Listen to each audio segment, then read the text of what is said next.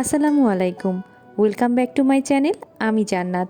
আচার খেতে পছন্দ করে না এরকম খুব কম মানুষ আছে। সেই আচারটা যদি খুব সহজে তৈরি করা যায়, হ্যাঁ, আজকে আমি আপনাদেরকে আস্ত জলপাইয়ের টকঝাল মিষ্টি আচার তৈরি করে দেখাবো। আর এই আচারটা তৈরি করা খুবই সহজ। আর এই আচারটা কোনো রকম রোদে দেওয়ার ঝামেলা ছাড়াই আপনারা সারা বছর সংরক্ষণ করে খেতে পারবেন। তাহলে চলুন দেখে নেওয়া যাক। প্রিয় দর্শক, আস্ত জলপাইয়ের টকঝাল মিষ্টি আচার তৈরি করার জন্য আমি এখানে নিয়ে নিয়েছি 1 কেজি জলপাই। আর জলপাইটার সাইজটা মাঝারি সাইজের। আমি এখানে সবগুলো জলপাইয়ের সাইজ একটু একই রকম নেওয়ার চেষ্টা করেছি, এতে করে আচারটা দেখতে একটু বেশি সুন্দর লাগে। এখন এই জলপাইগুলোকে আমি খুব ভালোভাবে ধুয়ে নেব। এর জন্য একটা মিক্সিং বলে আমি বেশ কিছু পানি নিয়ে এর ভেতরে জলপাইটাকে ডুবিয়ে রেখেছি। 2-3 মিনিটের মতন ডুবিয়ে রেখে তারপর এটাকে আমি হাত দিয়ে এভাবে কষলিয়ে কষলিয়ে ধুয়ে নেব। এতে করে জলপাইয়ের গায়ে কোনো প্রকারের বালি বা কোনো প্রকারের ময়লা থাকলে সেই ময়লাটা খুব তাড়াতাড়ি বের হয়ে আসে। তো চেষ্টা করবেন একটু সময় নিয়ে জলপাইটাকে এভাবে ধুয়ে নিতে। আর জলপাইয়ের বোটার নিচে কিন্তু অনেক সময় দেখা যায় বালু থেকে যায়, এর ফলে কিন্তু আচারটাই পুরো নষ্ট হয়ে যাবে। তো খুব ভালোভাবে জলপাইগুলোকে ধুয়ে নিতে হবে। আমি এই পানিটা বদলে নিয়ে আরও কয়েকবার ধুয়ে নিচ্ছি। তো জলপাইটাকে বেশ কয়েকবার ধুয়ে নিয়েছি। এখন এই জলপাইগুলোকে আমি একটু কেচে নেব, এতে করে মশলাগুলো খুব ভালোভাবে জলপাইয়ের ভেতরে ঢুকবে। তো জলপাইগুলোকে আমি কেচে নিয়েছি। এভাবে একটা ছুরির সাহায্যে আমি জলপাইগুলোকে কেচে নিয়েছি। আপনারা বটি দিয়েও কিন্তু এভাবে কেচে নিতে পারবেন। তো এভাবে করে কেচে নিলে দেখা যায় যে জলপাইগুলোর ভেতরে খুব সুন্দর করে মশলাগুলো ঢোকে এবং জলপাইগুলো যখন আমরা সংরক্ষণ করব তখনও কিন্তু জলপাইয়ের ভেতরে মশলাগুলো ঢুকবে। আর যতই দিন যাবে আচারটা কিন্তু খেতে ততই ভালো লাগবে। তো জলপাইগুলোকে আমি এভাবে করেই কেচে নিয়েছি। এখন একটা মিক্সিং বলে ঢেলে নিলাম। এর ভেতরে দিয়ে দিচ্ছি 1 চা চামচ পরিমাণ লাল মরিচের গুঁড়া আর 1 চা চামচ পরিমাণ হলুদের গুঁড়া, আর অ্যাড করছি এখানে স্বাদমতো লবণ। এখন এই মশলাগুলো দিয়ে খুব ভালোভাবে জলপাইগুলোকে মেখে নিতে হবে। তো এভাবে হলুদ, মরিচ এবং লবণ দিয়ে যদি জলপাইটাকে একটু আগে মাখিয়ে নিই, এতে করে আচারের কালারটা কিন্তু খুব সুন্দর হয়। খুব ভালোভাবে মশলাগুলোর সাথে জলপাইগুলোকে মাখিয়ে নিচ্ছি। তো মাখিয়ে নেওয়া হয়ে গিয়েছে। এখন এটাকে আমি সাইডে রেখে দিচ্ছি। আর চুলাতে একটা প্যান বসিয়ে দিয়েছি। এর ভেতরে বেশ কিছু শুকনা মরিচ দিয়ে দিচ্ছি। এখন মিডিয়াম টু লো হিটে এই শুকনা মরিচগুলোকে আমি টেলে নিচ্ছি। শুকনো মরিচগুলোকে একটু হালকা বাদামি কালার করে টেলে নিতে হবে। আর টালা হয়ে গেলে দেখবেন খুব সুন্দর একটা অ্যারোমা বের হয়েছে, তখন বুঝতে হবে যে শুকনো মরিচগুলো টালা হয়ে গিয়েছে। ওই পর্যায়ে এগুলোকে চুলা থেকে নামিয়ে পাটাতে পিষে নিতে পারেন। আমি গ্রাইন্ডার জারে গুঁড়ো করে নিয়েছি, একটু আস্ত করে গুঁড়ো করে নিয়েছি, অনেকটা চিলি ফ্লেক্সের মতো। তো আবারও ওই একই প্যানে নিয়ে নিচ্ছি প্রায় 3 টেবিল চামচের মতন পাঁচফোড়ন। এই পাঁচফোড়নটাকে আমি হালকা করে টেলে নেব মিডিয়াম টু লো হিটে। তো হালকা করে টেলে নিচ্ছি। আর এই পাঁচফোড়নটা টালার সময় কিছুক্ষণ পর লক্ষ্য করবেন খুব সুন্দর একটা অ্যারোমা বের হয়েছে, তখন বুঝতে হবে যে পাঁচফোড়নটা টালা হয়ে গিয়েছে। আর এই পাঁচফোড়নটা টালা হয়ে গেলে কিন্তু এর কালারটাও চেঞ্জ হয়ে যায়। ওই পর্যায়ে আমি এটাকে গুঁড়ো করে নিয়েছি। তো একটু আস্তে আস্তে করে গুঁড়ো করে নিয়েছি, এতে করে আচারটা যখন আমরা এই পাঁচফোড়নটা ব্যবহার করব তখন আচারটার টেস্টটা দারুণ লাগবে। আর যখন আচারটা আপনি খাবেন তখন এই পাঁচফোড়নটা আপনার মুখে পড়বে আর আচারের একটা শাহি ফ্লেভার আপনি পাবেন। তো চেষ্টা করবেন এরকম আস্তে আস্তে করেই পাঁচফোড়নটা গুঁড়ো করে নিতে। আর নিয়ে নিয়েছি হাফ কাপ পরিমাণ সাদা সরিষা বাটা। আমি এখানে সাদা সরিষা বাটাটা ব্যবহার করেছি, আপনারা চাইলে এখানে কালো সরিষা বাটাটাও ব্যবহার করতে পারেন। তো সরিষা বাটাটাও একটু আস্তে আস্তে করেই বেটে নিয়েছি। এখন চলে যাচ্ছি আচারের মূল রান্নাতে। তো এর জন্য চুলাতে একটা প্যান বসিয়ে দিয়েছি। এর ভেতরে দিয়ে দিচ্ছি 1 কাপ পরিমাণ সরিষার তেল। এখানে সরিষার তেলটাই ব্যবহার করতে হবে। তারপর এখানে অ্যাড করছি আস্ত পাঁচফোড়ন 1 টেবিল চামচের মতন, 4-5টা আস্ত শুকনা মরিচ দিয়ে দিলাম।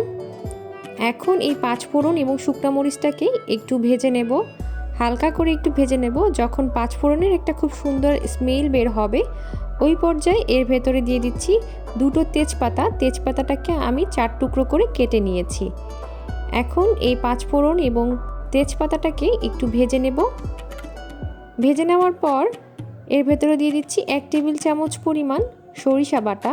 সরিষা বাটা দেওয়ার সাথে সাথে দেখবেন এরকম একটা ফেনা চলে এসেছে। ওই পর্যায়ে কিন্তু ঘাবড়ে যাবেন না, কিছুক্ষণ পরেই কিন্তু এই ফেনাটা একদম ভ্যানিশ হয়ে যাবে। তো এর ভেতরে আমি দিয়ে দিচ্ছি 1 টেবিল চামচ পরিমাণ আদা রসুন বাটা। এখন এই আদা রসুন বাটাটাকে একটু তেলে কষিয়ে নেব। আদা রসুন বাটাটাকে একটু কষিয়ে নিলে হয় কি, আদা রসুন বাটার যে একটা কাঁচা কাঁচা গন্ধ থাকে সেটা কিন্তু আচার থেকে আর আসে না। এর জন্য আদা রসুন বাটাটাকে একটু কষিয়ে নিতে হবে তেলে। তো আমার আদা রসুন বাটাটা কষিয়ে নেওয়া হয়ে গিয়েছে। এখন আমি এর ভেতরে দিয়ে দিচ্ছি প্রায় 1/3 কাপের মতন রসুন বাটা। আর রসুনটাকে আমি একদম পেস্ট করে নিইনি, আস্তে আস্তে করে রেখেছি, এতে করে আচারের মশলাটা অনেকটা ঘন হবে। আর রসুন কিন্তু আমাদের স্বাস্থ্যের জন্য খুবই উপকারী একটা খাবার, তাই আমি এর ভেতরে রসুনটা একটু বেশি ব্যবহার করছি। এখন এর ভেতরে অ্যাড করছি 1/2 টেবিল চামচ পরিমাণ লাল মরিচের গুঁড়া আর 1 চা চামচ পরিমাণ হলুদের গুঁড়া।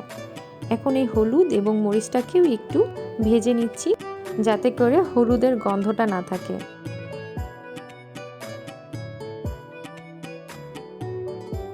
এখন এর ভেতরে দিয়ে দিচ্ছি প্রায় 1/2 কাপের মতন আস্ত রসুন। আর এই রসুনটা কিন্তু দিলে আচারটা খুবই ভালো লাগে। তো দিয়ে দিচ্ছি স্বাদ মতো লবণ। তো এখন এই রসুনটাকেও হালকা একটু ভেজে নেব। তো ভেজে নেওয়া হয়ে গিয়েছে। তো ভেজে নেওয়ার পরে এর ভেতরে দিয়ে দিচ্ছি আমরা যে জলপাইগুলো হলুদ মরিচ এবং লবণ দিয়ে মেখে রেখেছিলাম সেই জলপাইগুলো। অবশ্যই লবণটা কিন্তু একটু বুঝে দিবেন, কারণ যেহেতু আমরা লবণটা জলপাইয়ের গায়ে আগেই মেখে রেখেছিলাম, এই জন্য লবণটা একটু বুঝে ব্যবহার করবেন। এখন এই জলপাইগুলোকে মশলার সাথে ভালোভাবে মিশিয়ে নিচ্ছি। এ পর্যায়ে কিন্তু চুলার আঁচটা আমি মিডিয়াম টু হাই করে দেব। আর এখন বাকি সম্পূর্ণ প্রসেসটাই কিন্তু মিডিয়াম টু হাইতে থাকবে। আচার সবসময় মিডিয়াম টু হাই হিটেই রান্না করতে হয়। তো যেহেতু আমি মশলাগুলোকে কষিয়ে নিয়েছি, তো এই পর্যায় থেকে আমি আচারগুলোকে মিডিয়াম টু হাই হিটেই রান্না করে নেব। ঢাকনা দিয়ে দিচ্ছি। ঢাকনা দিয়ে এখন জলপাইগুলোকে আমি পুরোপুরি সিদ্ধ করে নেব। তো ঢাকনা দেওয়ার ফলে জলপাই থেকে কিন্তু প্রচুর পরিমাণে পানি বের হবে। তো দেখতে পাচ্ছেন জলপাই থেকে কিন্তু প্রচুর পরিমাণে পানি বের হচ্ছে, আর অলরেডি কিন্তু জলপাইটা সিদ্ধ হয়ে গিয়েছে। তো কিছু কিছু জলপাই সিদ্ধ হয়েছে, কিছু কিছু জলপাই এখনও সিদ্ধ হয়নি। এর ভেতরে আমি এখন অ্যাড করছি 1 কাপ পরিমাণ চিনি।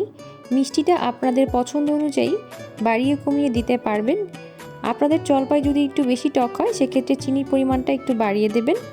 আর এই চিনিটা দেওয়ার পর কিন্তু আচারে কিন্তু পানি ছাড়বে, আর সেই পানির মাধ্যমে কিন্তু যতটুকু সিদ্ধ হওয়া বাকি আছে সেটাও সিদ্ধ হয়ে যাবে। এখন আমি ঢাকনা দিয়ে আরও 2 থেকে 3 মিনিট এটাকে হাই হিটে জাল করে নিচ্ছি। তো ঢাকনা সরিয়ে দেখতে পাচ্ছেন জলপাই থেকে কিন্তু বেশ কিছুটা পানি ছেড়েছে। এখন এই পানিটা আমি টানিয়ে নেব। তার আগে এর ভেতরে দিয়ে দিচ্ছি প্রায় 1/4 কাপ পরিমাণ ভিনেগার। আমি এখানে সাদা ভিনেগারটা ব্যবহার করেছি, আপনারা চাইলে এখানে লেবুর রসও ব্যবহার করতে পারেন। তো আমি এখানে ভিনেগারটা ব্যবহার করেছি আচারটা সংরক্ষণ করে রাখার জন্য, যাতে এই আচারটা সারা বছর সংরক্ষণ করে খাওয়া যায়। তো এখন এই ভিনেগারটাকে সম্পূর্ণ আচারের সাথে খুব ভালোভাবে মিশিয়ে নিচ্ছি। আর আপনারা দেখতে পাচ্ছেন আমার জলপাইগুলো কিন্তু সম্পূর্ণভাবে সিদ্ধ হয়ে গিয়েছে, আর মশলাগুলো জলপাইয়ের ভেতর খুব ভালোভাবে ঢুকে গিয়েছে। আর এই পর্যায়ে কিন্তু পানিটাও একদম টেনে গিয়েছে। এখন আমি যে 5 ফোড়নগুলো তেলে গুঁড়ো করে রেখেছিলাম সেখান থেকে 1 টেবিল চামচের মতন নিয়ে দিয়ে দিলাম। আর দিয়ে দিচ্ছি যে শুকনা মরিচের গুঁড়ো অর্থাৎ চিলি ফ্লেক্স, সেগুলো আমি এর ভেতরে 1 টেবিল চামচ পরিমাণ দিয়ে দিলাম। এখন এই 5 ফোড়ন এবং মরিচটাকে খুব ভালোভাবে মিশিয়ে নিচ্ছি। ঝালটা আপনাদের পছন্দ অনুযায়ী বেশি কম করে দিতে পারেন।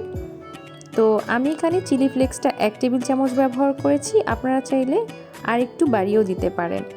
এতে করে খুব সুন্দর একটা শাহি শাহি ফ্লেভার আসে আচারে, আর আচারটা খেতেও কিন্তু দারুণ মজা হয়। তো আমি এখন এই আচারটাকে নামিয়ে ঠান্ডা করে পরিবেশন করছি আপনাদের সামনে। তো আমি একটা সার্ভিং ডিশে আচারটাকে এভাবে পরিবেশন করছি। আর যে বাকি যে আচারগুলো ছিল সেই আচারটাকে আমি এখন সংরক্ষণ করব। এর জন্য একটা কাচের বয়ামের ভেতরে আমি এই আচারগুলোকে সংরক্ষণ করছি। তো আচারটা সংরক্ষণ করার পরে এর ওপর দিয়ে এভাবে একটু সরিষার তেল দিয়ে দিলে আচারটা দেখবেন উপর দিয়ে ফাঙ্গাস পড়বে না। আচারটা বেশ ভালো থাকবে, কোনো রকম রোদে দেওয়ার ঝামেলা ছাড়াই আচারটা আপনারা সারা বছর সংরক্ষণ করে খেতে পারবেন। খিচুড়ির সাথে এই আচারটা কিন্তু খুব জমে যায়। আর দেখতে পাচ্ছেন আচারটা দেখতে কতটা লোভনীয় হয়েছে।